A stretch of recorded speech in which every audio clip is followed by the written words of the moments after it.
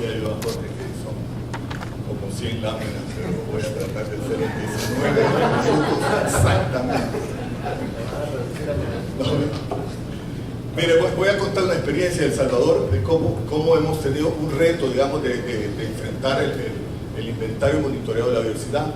Una de las preguntas que hacíamos era, ¿cuál es la información que yo requiero realmente para gestionar la biodiversidad en el país? O sea, y partíamos de definiciones, partíamos de conceptos que algunas veces nos perjudicaban o nos limitaban. Entonces, por ejemplo, el enfoque de biodiversidad puede ser en las diferentes especies que hay en el planeta, etc. Entonces, eso te da una limitación.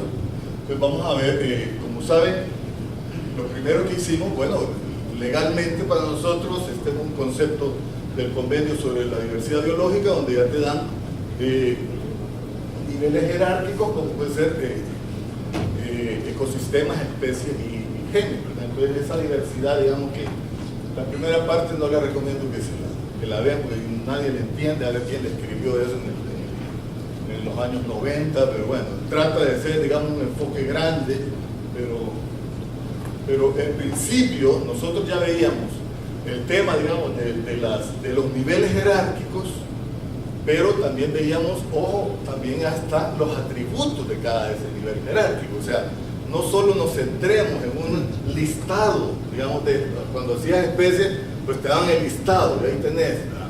Pero ¿qué pasa con lo que tenés en una composición? ¿Verdad? Después tenés estructura dentro de cada uno del nivel jerárquico y las funciones que cada una de las especies pueden estar. Hay especies que dependiendo después van a tener una u otro papel dentro de las comunidades, el ecosistema en general. Entonces partíamos de estas definiciones de las diversidades, ¿verdad? Entonces, y nosotros, bueno, me han pedido que hable del paisaje, todavía no he entrado al paisaje, pero bueno. Entonces lo que veíamos era justamente cuando nosotros decíamos, ¿cuál es la información que yo requiero de biodiversidad para gestionar la biodiversidad? Entonces me iba, digamos, un área natural protegida, que todo es una estrategia, digamos, de conservación muy apegada, o que la utilizamos todos y ningún país deja de tener un sistema de áreas naturales protegidas. Entonces, ¿qué hago yo en un área natural protegida? Entonces teníamos un proceso que se llamaba coadministración o comanejo. Entonces veníamos con una ONG que nos ayudaba y a coadministrar un área protegida. Entonces decía, bueno, entonces cuando hacíamos el acuerdo, nosotros, y ahí vamos, sí, perdón, cuando hacíamos el acuerdo con la ONG, entonces entrábamos en un reto de decirles, es como que yo entregara una farmacia, o recoger una farmacia, y me digan, tú vas a administrar la farmacia. Entonces lo primero que alguien dice, bueno, mira, ¿qué medicamentos tengo? ¿Dónde están? ¿Cuándo se caducan? ¿Cómo, quién me provee? ¿Qué entra? ¿Qué sale? ¿Cuántos están los precios? Etcétera. Entonces eso es lo que se llama el inventario, es lo más normal. Entonces, 20 años, en muchos países, no voy a decir que El Salvador, 20 años de gestionar áreas protegidas sin saber lo que están administrando. Están administrando una farmacia sin saber qué productos tienen, cómo están los productos, qué fecha de caducidad tienen, exactamente eso. Entonces parece de chiste, de broma, pero es así. Muchas veces estamos gestionando espacios naturales y no conocemos nada de lo que está dentro. Entonces era un reto decir, bueno, ¿qué es lo mínimo que yo tengo que saber para gestionar justamente la diversidad?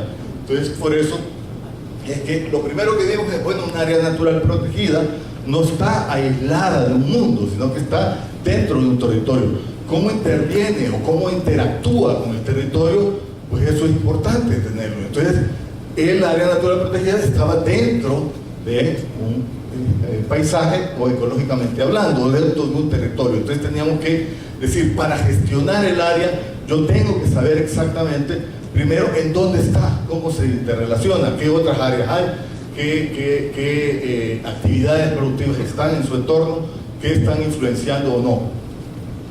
Y entonces, por eso es que surge un nivel jerárquico superior, que es justamente el paisaje en este tipo de enfoque. Entonces estamos hablando de 4 niveles jerárquicos con los atributos que tendría cada uno de ellos. Entonces, en principio, el inventario debe atender, digamos, cada uno de esas celdas para generar información que me permita verificar. En otras palabras, yo no sé si aquí hay una luz, pero muchos han estado hablando de trifinio, justamente puse eso en alusión, y esto tiene luz, ¿no? No sé. Tiene. Montecristo está. Ok. Hay un puntito rojo, a ver si ustedes lo miran, yo no lo veo nada, pero por ahí está. Entonces aquí está Montecristo, aquí está Metapán. Entonces la historia de Montecristo tiene relación con Metapán, pero vayan donde los metapanecos y ellos no saben de dónde viene su agua, ni que gracias a Montecristo no se inunda en estos momentos la ciudad de Metapán. Pero bueno, esa es otra historia de cómo surgen las áreas naturales protegidas en El Salvador. Lo que quiero decir es que si se fijan, Montecristo, aquí hablamos de un área que tiene bosque nebuloso, pero el bosque nebuloso no corta en la frontera de Montecristo, sino que continúa en área privada, y entonces toda la conservación que puede tener Montecristo va a depender justamente de lo que hagamos y conservemos en otra área que está vinculada al parque. Entonces por eso se ha hecho ahorita el Parque Nacional o Trinacional, digamos, del trifinio. Pero en principio esa es la lógica, pues cuál es la dependencia y la interdependencia que puedes tener dentro de un territorio mayor. Y otra cosa era que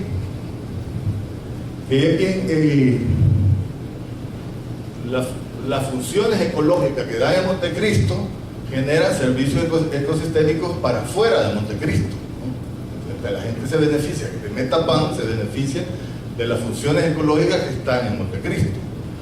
Y por eso es que surge el servicio ecosistémico, ¿no? Que es cuando el ser humano recibe un beneficio de un ecosistema. Entonces, en este enfoque también de manejo de las áreas naturales protegidas o manejo de ecosistemas, como una visión de servicio ecosistémico, como bien nos presentaban en la sesión anterior, estaba el tema de agua, etcétera, conservación de suelo, etcétera, nosotros vemos que no podés pensar en un enfoque interno del ecosistema porque el ecosistema está generando servicio ecosistémico para fuera del ecosistema, estoy diciendo.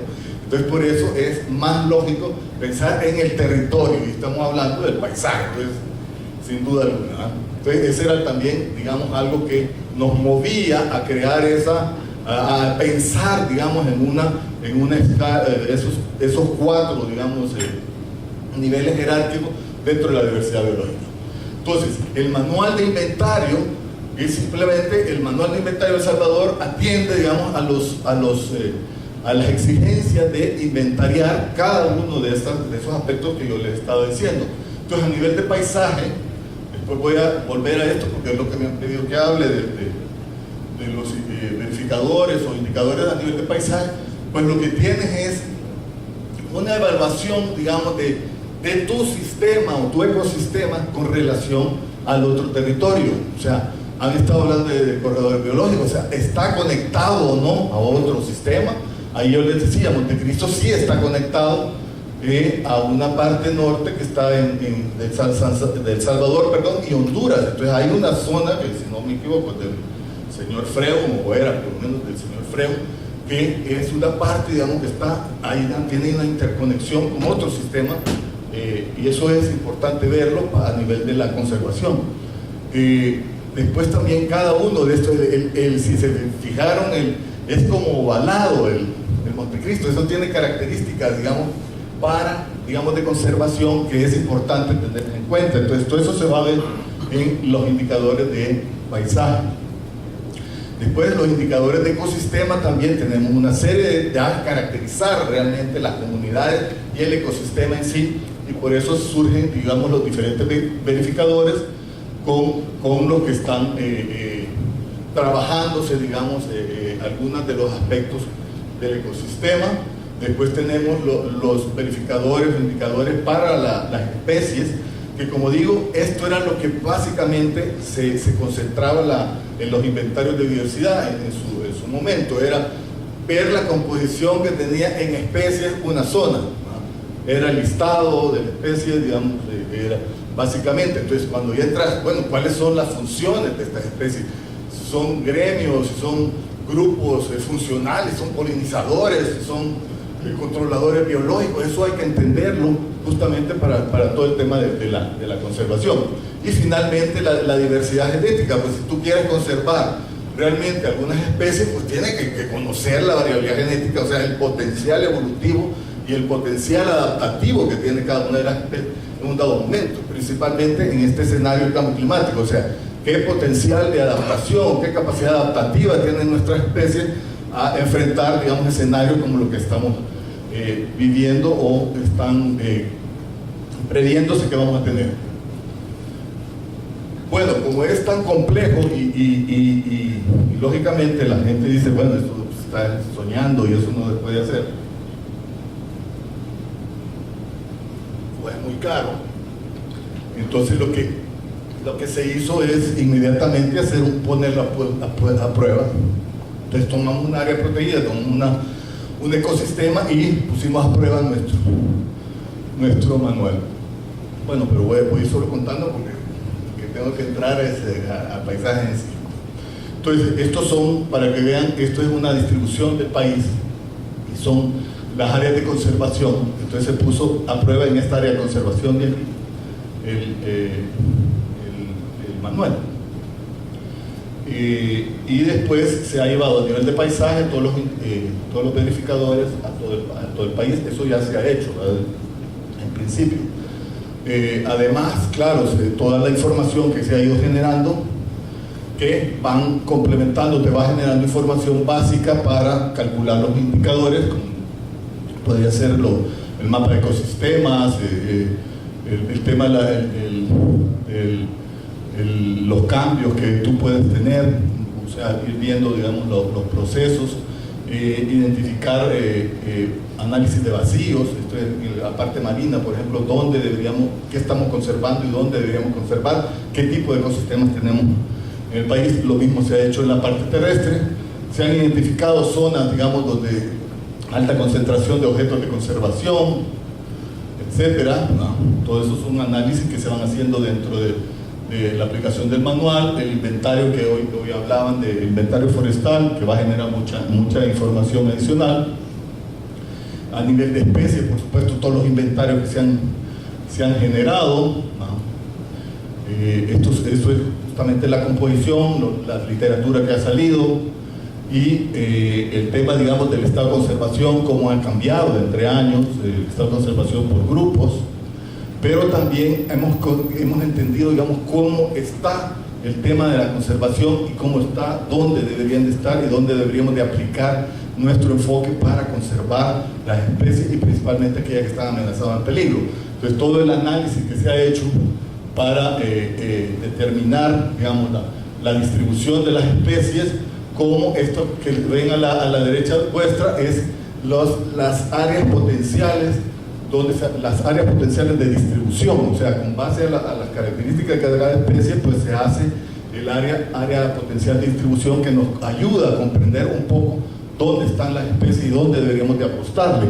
Una vez que ponemos esas capas encima, ustedes son expertos por lo que he visto toda esta mañana, pues nos ayuda a entender dónde deberíamos de apostarle, ya sea para el estudio o para la conservación o para la restauración en este caso, o rehabilitación, que es el caso de las especies amenazadas. Y así, bueno, también estamos con otros recursos nativos, etcétera, viendo también las distribuciones donde están los diferentes recursos. Esto ya es un recurso que utilizan los indígenas en nuestro país. Estas son las organizaciones y comunidades indígenas que tenemos, algunos de los recursos y los municipios donde se concentran, digamos, principalmente los recursos que tenemos. Eso es para, digamos, a nivel de especie, donde vamos entendiendo mejor cómo estudiarlo. Ahí hay algunos datos, digamos, quién conserva, cómo heredan y cuánto tiempo lo han tenido, cómo lo han transformado, etc. Después identificar también los parientes silvestres, dónde tenemos especies y localizarlas dónde. Esto por cuestiones, ya saben, pues son de las pocas evidencias que tenemos. Entonces se dice el área, que hay en un área, pues normalmente no lo comunicamos, sino que estamos ahí pendientes, digamos, para hacer todos los análisis complementarios. Y ya estamos entrando, digamos, en la fase de caracterización de la variabilidad genética de algunas de las especies de interés. Entonces ya sería, digamos, la última fase, digamos, que tenemos, ya con pruebas de laboratorio. Entonces voy a lo que me dijeron en los 5 minutos restantes. ¿Qué pasa con el paisaje? Entonces me decían, bueno, todo esto de diversidad biológica, pero tú hablas del paisaje. Ojo, el paisaje que voy a hablar es el paisaje ecológico.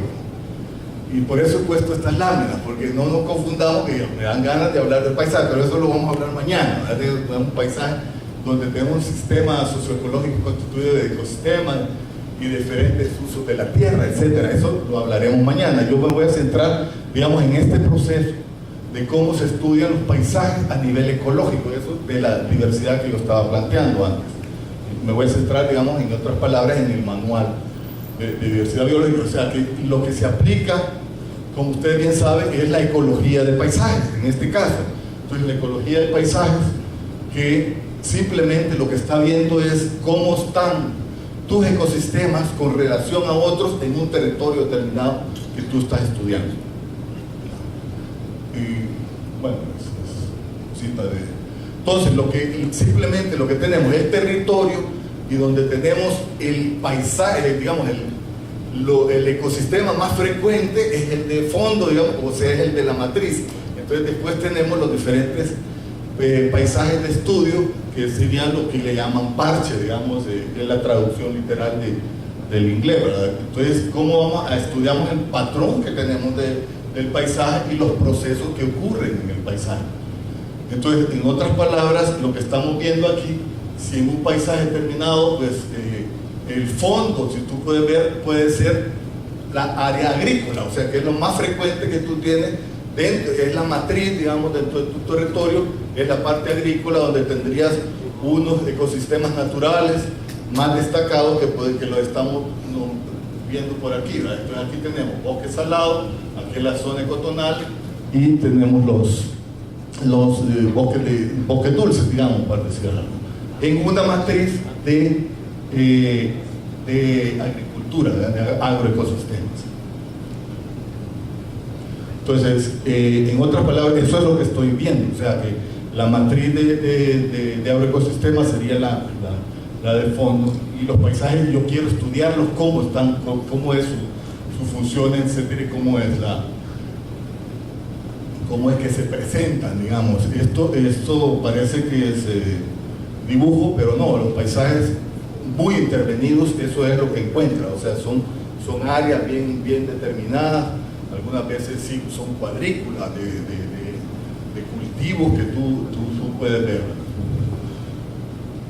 Entonces, lógicamente, en esta lógica lo que se hace es una pregunta, digamos, cuáles son los patrones espaciales que tú vas a tener, cómo los patrones influyen en los procesos ecológicos, cómo es el mosaico de tu paisaje, cómo cambia, y cómo los flujos de las especies tenés dentro del paisaje.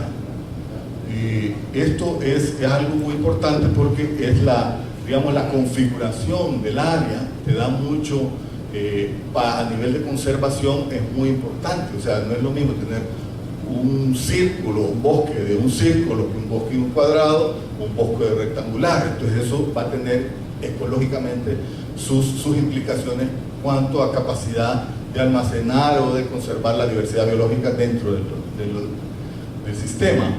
Esto solo para que sean, esto yo lo he explicado como cuando en evaluación de impacto ambiental te dicen, no, solo voy a hacer una callecita, ¿no?, en medio, por 10 metros, y solo voy a dar una vereda, ¿no? Esa vereda tiene implicaciones serias, porque aumenta, digamos, el hábitat borde, donde solo existen especies que van a soportar condiciones extremas o condiciones fuertes, y te está disminuyendo el hábitat central, digamos, el hábitat interior, que te permite almacenar la mayor biodiversidad. Entonces, claro, una callecita de 10 metros, pues te está cambiando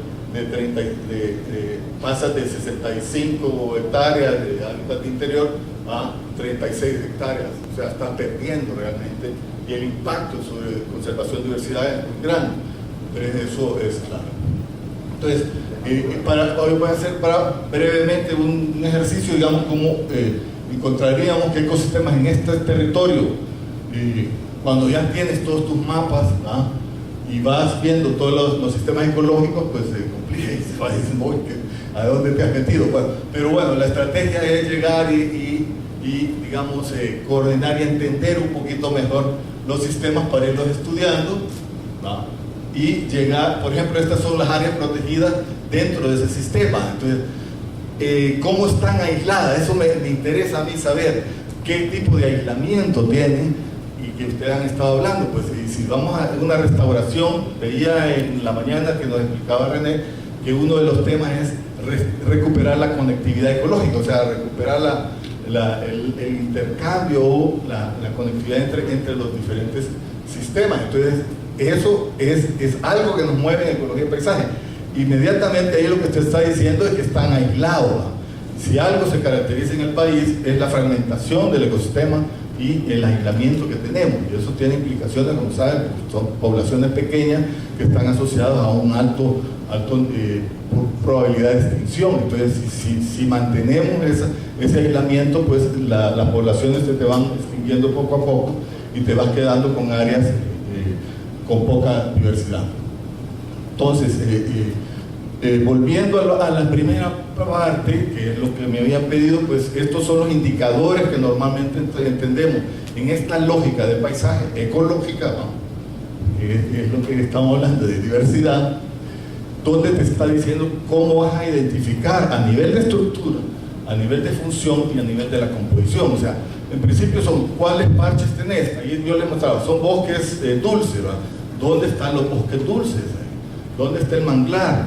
Entonces vas escogiendo cada uno de esos temas y entonces vas diciendo la diversidad que tiene, y es lo que normalmente lo conocemos como la composición de un dado momento. Pero como queremos conocer un poquito más, queremos entrar, digamos, en la estructura y en las funciones que tienen estos, entonces ya entras en decir, bueno, cuál es el índice del área de los parches, la riqueza relativa o la abundancia que puedes tener, la dominancia y el contagio, lo que quiere decir la interconexión o la agregación de los parches en tu paisaje.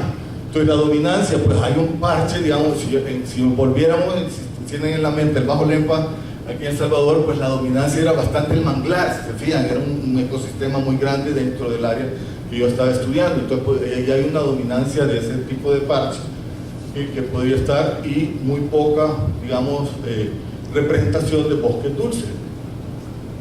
El contagio, como yo digo, si tenés alto es porque hay una conexión, digamos, entre los sistemas, y yo tengo que mantener eso. Lógicamente eso es lo mejor, ¿verdad? Porque tenés conexión o la conectividad, entonces lo que estás buscando es un alto contagio.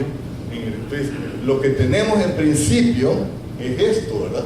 Es una fragmentación. Entonces, con la restauración, lo que tú tienes que ir buscando es el contagio alto, o sea, que tienes que aumentar, digamos, la interconexión entre los sistemas.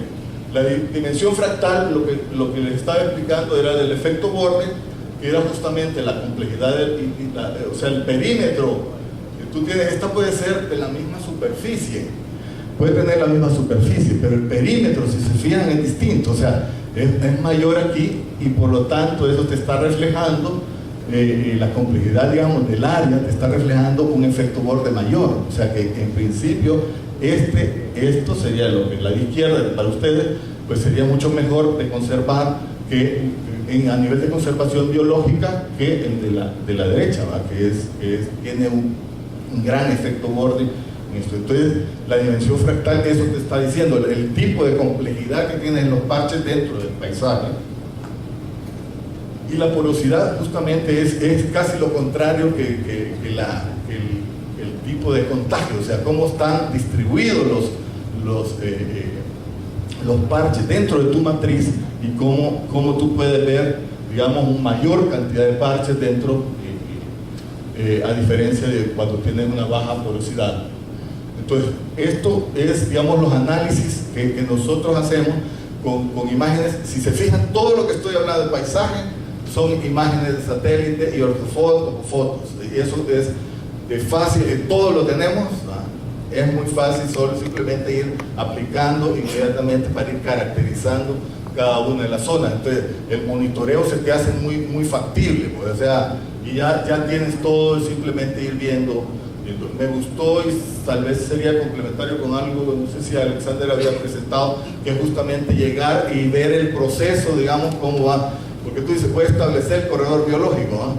Te voy a recuperar la conectividad entre dos sistemas, pero todo el proceso donde va, cómo va construyéndose, pues igual esa tecnología me lo va a permitir hacer y decir, bueno, no decir desde cero conectividad hasta la conectividad, sino que hay en medio, podría yo estar monitoreando y permitir eso, pero la lógica, digamos, es esa misma del análisis. También es algo muy importante, porque algunas veces te centras en los parches determinados, pero hay algunas, decían, árboles fuera de bosque, lo que sea. Entonces los sistemas agroforestales que te están permitiendo una conectividad que tienes que irla a buscar, y eso te lo permite ortofoto o algo más atinado, digamos, para llegar y identificar algunos de los posibles interconectores que vas a ir a potenciar, digamos, en esta lógica. Entonces, finalmente ya, como dije, prometí 19 minutos, ahorita son 18.5. Entonces aquí vienen las dos. Miren, yo puedo mantener con esto que le estoy planteando, yo hago mi análisis y veo cómo los indicadores me van a decir cuál es la conservación. Si yo estoy manteniendo, digamos, la estructura que yo tengo, estoy conservando, lógicamente, o si estoy cambiando, pues estoy entrando en la restauración. O sea, cuando yo en la restauración, bueno, si antes estaba aislado, yo voy a tener una mayor agregación, van a haber cambios positivos de esa complejidad, digamos, de cada uno de los parches, vas a disminuir el fenómeno de eso, de efecto borde, etcétera, donde vas a ir caracterizando la situación, ¿no? Como me falta un minuto, solo les quiero decir algo, que esto es importante, digamos, para nosotros fue muy importante verlo. Este fue donde comenzamos nuestra prueba, se llama Área Natural Protegida Normandía, y que esto es, cuando lo veamos en imágenes, pues eso lo vemos homogéneo, ¿no? Un bosque, ¿no? Un bosque tal. Entonces, lógicamente, cuando entramos ya, allí hay 8 tipos de vegetación, porque a nivel de esto puedo ver la cobertura, pero cuando ya llega el tipo de vegetación, entonces por eso son la complementariedad entre esos niveles que yo decía, pues es súper importante. O sea, no puedes dejar verlo solo así a nivel de paisaje, pero también cómo bajas y entiendes mejor el tema de la heterogeneidad que encuentras a nivel de ecosistemas. Por supuesto, vas a ver la heterogeneidad a nivel de especies y el gran reto de ver la heterogeneidad que tienes a nivel de variabilidad genética para complementar, digamos, estos tipos de análisis. Finalmente, en 15 segundos que me faltan, es lo siguiente. Las funciones, ahí está, composición, estructura y función. Funciones era lo que yo comencé a decir, es funciones ecológicas. Todo lo que hemos estado hablando, el servicio ecosistémico, vienen de las funciones ecológicas. Si no entendemos bien la función ecológica, mucho menos vamos a entender cómo yo puedo aumentar o disminuir ese efecto y ver cómo yo estoy incrementando o garantizando la permanencia o la provisión permanente de servicio ecosistémico. Entonces, es importante lo que hoy nos explicaban, que rompe, digamos, con un paradigma de la cuenca, ¿ya? Y de todo el enfoque de cuenca, es justamente eso, o sea, entender dónde es la infiltración que tú vas a tener, aquí tiene que ser por fuera, no, entender un poco el paisaje, dónde tienes que intervenir para poder transformarlo y conseguir la resiliencia a nivel de todo el territorio. O sea que identificar esas zonas donde tenemos que conservar.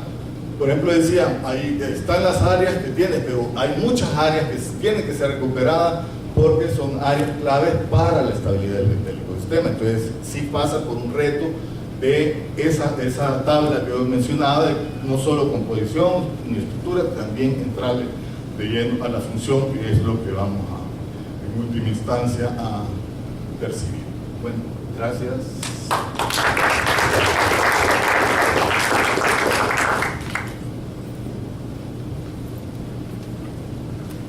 Gracias, Jorge Quesada, del Ministerio de Medio Ambiente.